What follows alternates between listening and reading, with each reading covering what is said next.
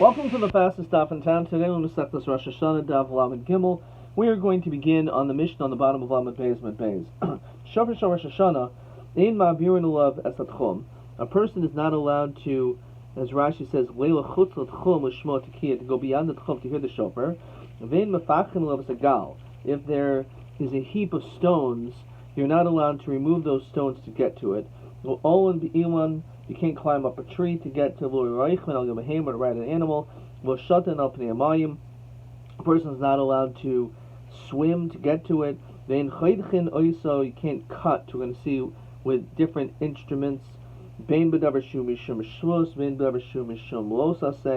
allowed to cut and prepare such a shofar. You can put water or wine into it. And Rashi says we don't say that's you're masakin money, you're fixing a kli. And then the Mishnah concludes, Ein ma'akvin esatinaikis motkayim. We're not going to hold back kids from blowing the shofar. We allow them to do so. They're allowed to engage in it. Ad shilmadu until they learn. Someone's masasek, which just happens to be making sounds, is not yotz. And someone, if you hear that, is not yotz. We'll see what that means in the Mishnah, in the Gemara. So my time, shofar asehu. So even though it's a mitzvah aseh to hear the shofar, it does not override Yom Tov. So Hashana Rabbanan Abed Lo, deraisim a boy, climbing a tree or riding an animal. The issue is you may break a branch, which is a din Rabbanan. So obviously, if a person is not allowed to even do that, so then why do we have to tell us about Dini D'Oraisa? Of course you can't. So Gemara says, you're right. Zu v'in sarach lamer zu katani. It's a zu v'in sarach lamer zu, so we mention one even though the other one is not necessary. Lam gimel medal. V'in choydechin oisa bin b'davar shu mishum shvus bin b'davar shu mishum loisa say. Now mishum shvus would be a din d'Rabbanan, cutting it with a megala, with a sickle. Says Rashi, Yibol saknoi, if you want to fix it, lo b'davar shu mishum shvus, in this is something that we typically do not use to cut shofaros, which again is a sickle. Back in the Gemara, Losa says kina. The person uses a sock and a knife, that is certainly not allowed. Now the whole idea of why it's the Rabbanon by a sickle is because it's koyach yadu. The inbu el mishum shvos. Back in the Gemara, hash mishum shvos amid lo. So loisas in a boy. So again, zuv in sarach lemer zukatani. Obviously, once you know you can't even use something which is only din d'Rabbanan, mishum shmos, then obviously you can use din d'Oraisa. And then the Gemara says, you can put in water or wine. Meraglaim lo, not urine. So masnisin mani abasholhi. The sani b'shol oimer mayim or yain mutter. You're allowed to put in these things. Why? Kadeo sakschai, because it'll clear it out. Meraglaim also in covered. It's a lack of respect. And then the Mishnah said, we're not going to hold back kids from blowing the shofar, which is a diak we can make, is hanashim akmin. Women, we will say they cannot blow the shofar, and we don't allow them to do so. Says Rashi, why? The patiros lagamri. They're completely potter. The mitzvah says, shazman gramahu, v'chitaka ikabal taisif. So we don't want them to blow shofar at all. Lasanya, we learn, ein akmin loyas hanashim v'los atinaikis v'chabiyamtiv. So, it's not true. We do allow women to blow the shofar. So apparently, maybe it's a machlok. Because Rabbi a little kasha. Harab Yehuda, Harab Yosi, Reb Shimon. The Sanya Dabra, Bnei Yisrael, Saimchin, Vein Bnei Yisrael, Saimchis. More in Kedushin elsewhere, that the din of smicha, of resting your hand on the animal, is only by a man, but not by a woman. They Reb Yehuda, Reb Yosi, Reb Shimon, Moimrim, Nashim Saimchis Rishos. They are allowed to do so. And therefore Rashi says, Alma afagav de paternrinhu kra, even though the pasuk paters them, like isura, it's not asur. But who adin limits us say shazman grama. So too when it comes to all positive mitzvahs. And Taisus over here says, regarding Michal bas Shaul haisa menachas tefillin, she would wear tefillin. The ishto shalayna ha'isol regel. They used to do mitzvahs even though they're not obligated to do so. And you skip a few lines, and Taisus says, "Mataris levarich al mitzvah saseh shazman Women are allowed to say a bracha on such mitzvahs. After the baturos midavar mitzvah, tahim is askers behen kamoy michal bas krushi shohisus gam bevarechas. So in this Taisus, But again, we see according to this, Taisa says the women are allowed to make a bracha on mitzvah shazman gram if they decide to accept upon it themselves. So Amar Rabbi Lezer, feel b'Shabbos, even on Shabbos we allow it. Tani b'hakim b'saskin b'hen ad shilmadu, I feel b'Shabbos. Again, this is talking about the kids. Bin b'akmin hatinakas will takay, we're not b'Shabbos, we're not going to hold them back from blowing on Shabbos. Bin tzachlam or b'yomtiv. Now hagu b'kasha. That's an apparent contradiction. Amri b'saskin b'hen ad shilmadu b'fil b'Shabbos al chatchila amrinan. It says that we allowed even the chatchila. Tiku. They're allowed to do so. But tan ein ma'akvin. Don't hold them back. Now see kuvahu deloy ma'akvin. Halachatchila marinan tiku. We're not going to tell them to go blow. So is it b'diavad or chatchila? Kasha. Kan, as we continue on the base. Kan b'katan shigil chinach. Kan b'katan shula higil chinach. And Rashi flips it maybe a way you wouldn't have thought. If you have a kid who's already old, this askin behen, we allow them to blow shofar shilmadu that they should learn. The koshkin she'ein ma'akvin.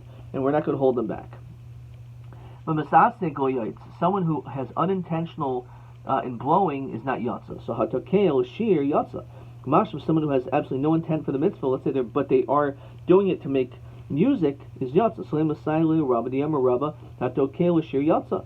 The person blows the shofar to make music is yatsa. Now dilma tokeil shir not misasik karile. Maybe it's also considered to be misasik. If let's say you had only yourself in mind, does that mean in that situation you'd be yatsa? We saw before. That you're supposed to have kavana, the person who blows the shofar, not just for themselves, but for everyone else to be able to hear it. So this is mashma. The only time it's not allowed is if the person is misasik. If the person is blowing the shofar for the sake of the mitzvah, even if it doesn't have you in mind, that would work. And this is not necessarily Dilma.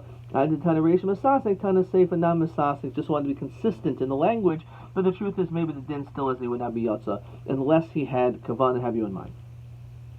Seder tekiah shalish. So the order of the blowing is 3. Rashi says achas malchus, achas achronos, achas shafaros in the Rosh Hashana Musaf. Now shal shalish. It's of 3. Says Rashi, tekiah trua tekiah. So then it says shir tekiah kishalosh truos. The sound of the tekiah is the same length as 3 truos.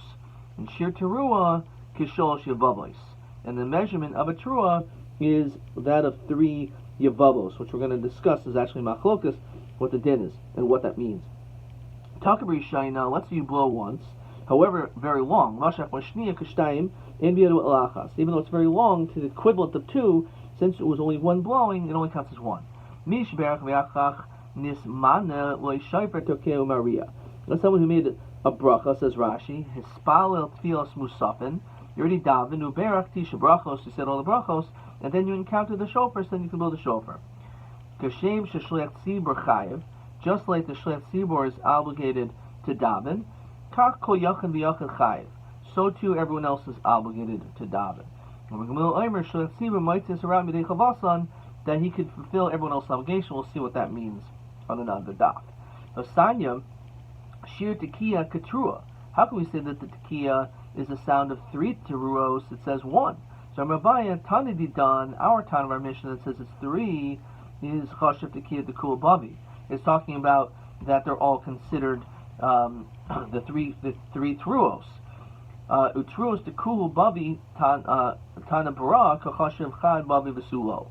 In other words, when the town of the Brisa says it's a tekiah is like a trua, it's like equivalent to that entire sound.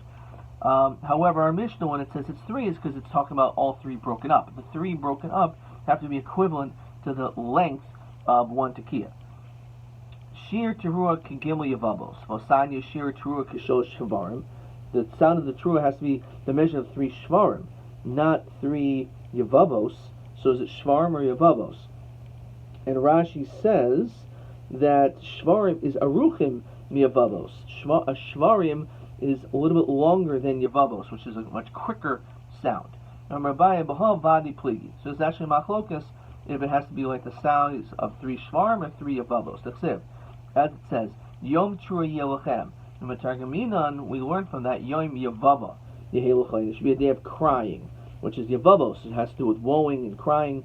The famous mother of Sisera, is waiting for her son Sisera to come from battle. Of course, he was killed by Yael.